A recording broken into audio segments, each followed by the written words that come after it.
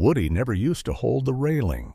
He was 76, a retired firefighter, strong legs, strong will, strong handshake. The kind of man who never asked for help carrying groceries. But one morning he walked into my clinic slower than usual. He eased himself into the chair across from me and looked down at his hands before speaking. "Doc," he said, "I think I'm falling apart."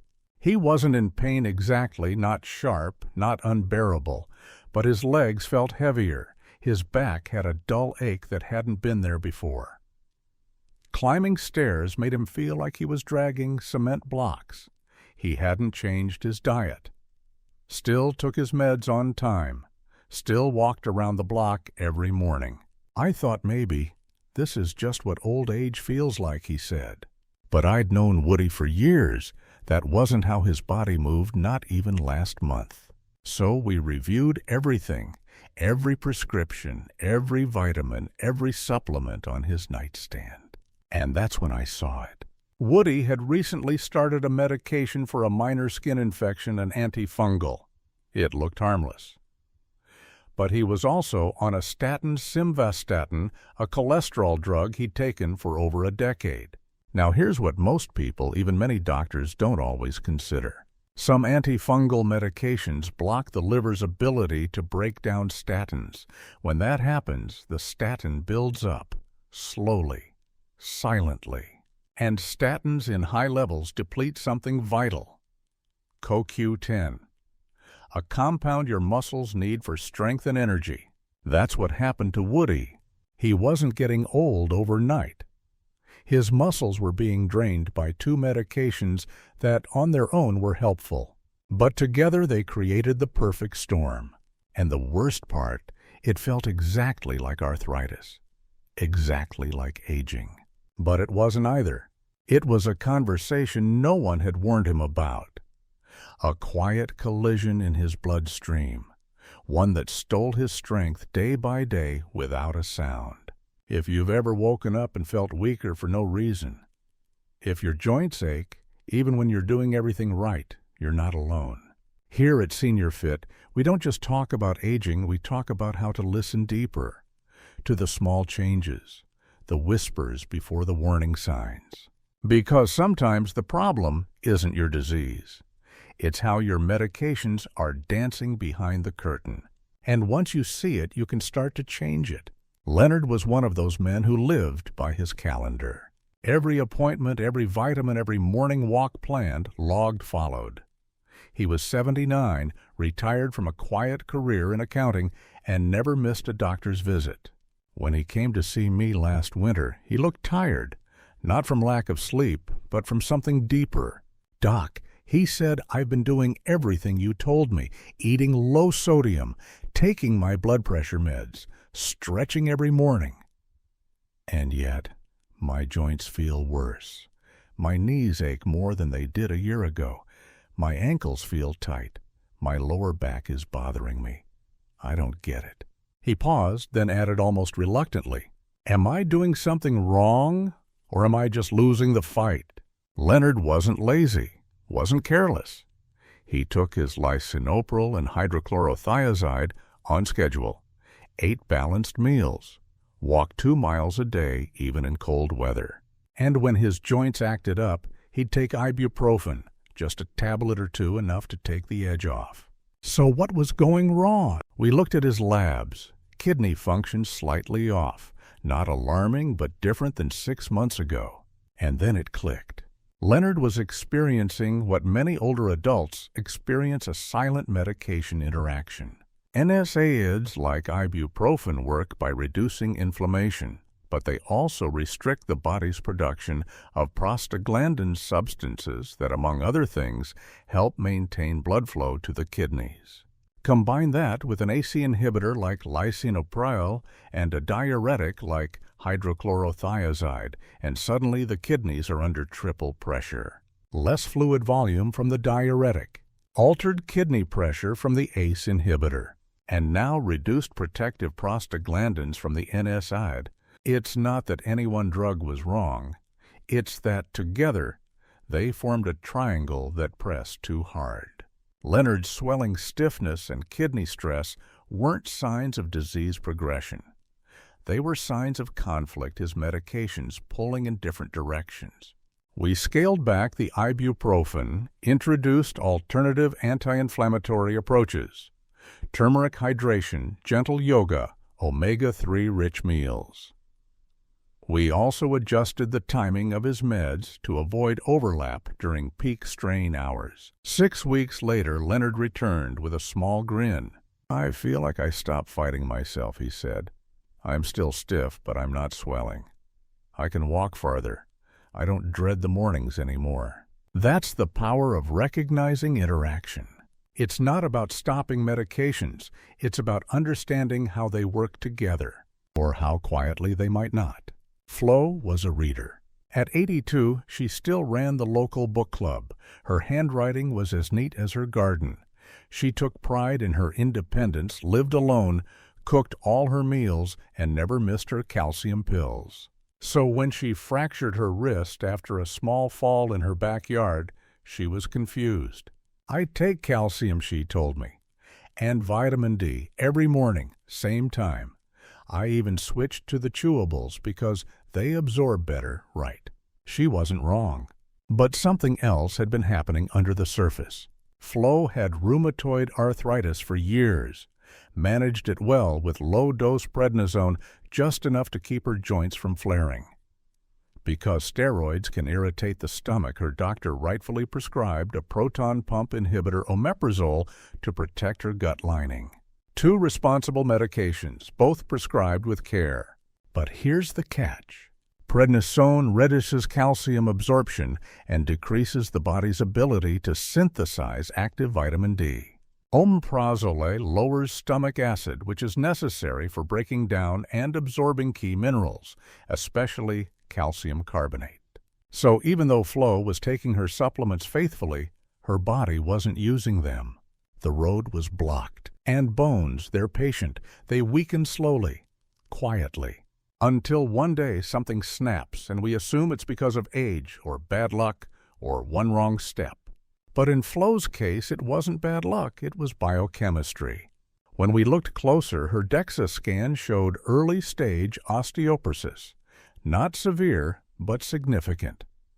Her bones weren't just fragile. They were being denied what they needed every single day. We sat down and rebuilt her plan, switched from omeprazole to a milder reflux solution, changed calcium type to citrate, which doesn't require acid. Adjusted timing calcium, mid-morning vitamin D with lunch. Increased gentle weight-bearing exercise, short walks, light resistance. Bands. Encouraged 15 minutes of sunlight every day. And most importantly, we spread out her medications so they no longer competed for absorption. 3 months in, Flo's balance improved, her gait steadied, her energy came back. "I feel like my body is finally listening to me again," she said. I told her the truth. "No, Flo, your body was always listening. It's just that for a while the medicine was talking louder than the nutrients." One of the most dangerous things about getting older isn't the number of pills you take. It's the way they can disguise themselves as each other. A side effect becomes a symptom. A symptom becomes a diagnosis. And soon you're treating something that was never really there. I call it the great mimic. See, the body has only so many ways to say something's wrong. Pain, swelling, fatigue, stiffness. But those signals aren't labeled. They don't come with subtitles.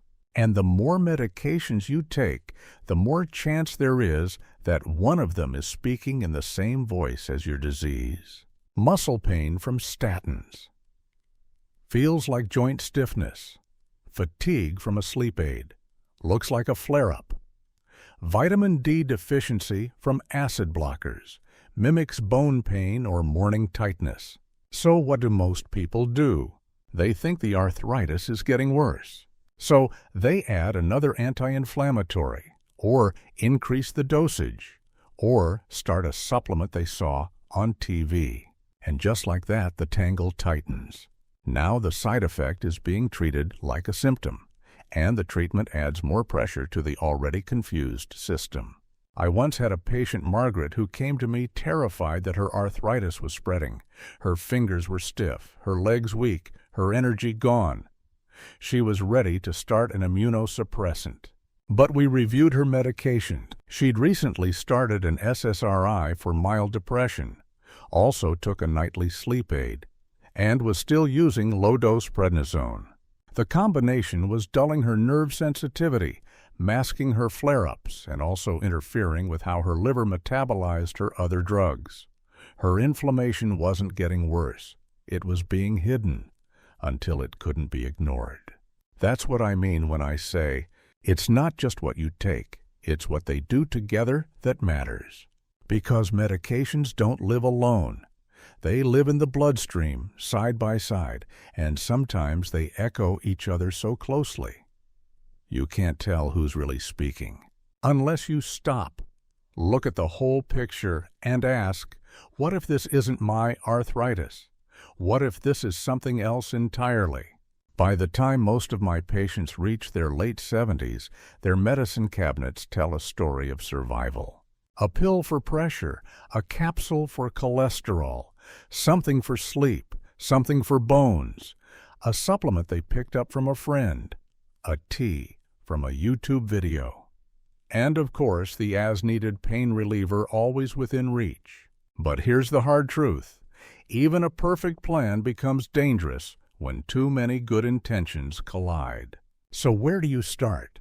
Here's what I tell everyone, no matter their diagnosis, no matter their age. 1. Take inventory, real inventory, not just prescriptions, everything. Multivitamins, creams, eye drops, herbal teas, over-the-counter meds, throat lozenges, muscle rubs. Anything you put in or on your body counts. Write them all down. Brand name, purpose when you take them, and with what. You'd be shocked how many people are unknowingly doubling up on medications with the same effect or worse, opposite ones. 2. Ask the right questions when you bring that list to your doctor or pharmacist. Go beyond. Is this okay?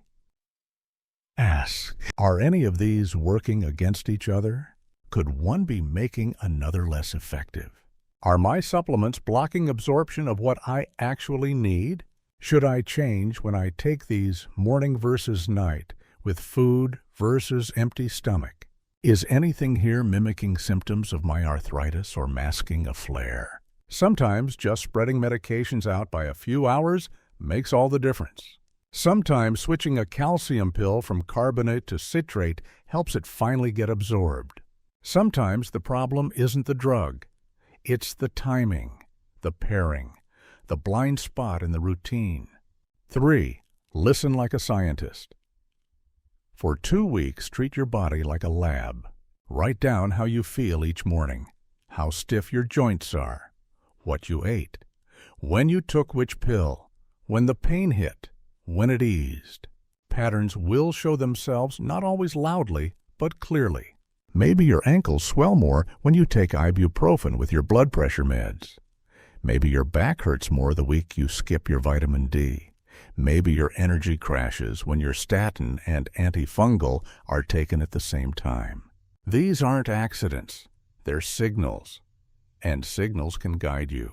The goal isn't to scare you. It's to give you back something most people over 70 are quietly robbed of. Clarity over what's helping, what's harming, and how to take back control without fear and without guesswork. Because sometimes the best fix isn't a new pill. It's finally understanding the old ones. Let's go back to Woody, who thought his strength was leaving him when really it was being drained by a statin he'd taken for years, now blocked by a simple antifungal. To Leonard, who believed his arthritis was progressing only to discover that his swelling wasn't from disease, but from an NSAID tugging against his blood pressure meds. And to Flo, who followed every instruction, took every supplement, ate all the right things, but whose bones were quietly starving because her medications kept the nutrients locked out. 3 people, 3 careful, responsible, proactive adults, none of them careless, none of them at fault. And yet all three nearly lost something precious. Woody his mobility, Leonard his kidneys, Flo her confidence and independence. Because no one paused to ask the most important question in medicine. What else is going on here? Too often we treat problems in isolation. Joint pain. Increase the anti-inflammatory. High blood pressure. Add another pill. Indigestion. Prescribe an acid blocker. But the body isn't a list of separate boxes.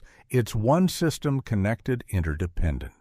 What helps one part may strain another. What solves one symptom may create a new one 2 weeks later. And for older adults, especially those managing multiple chronic conditions, this balance becomes more delicate with each passing year. So what's the lesson?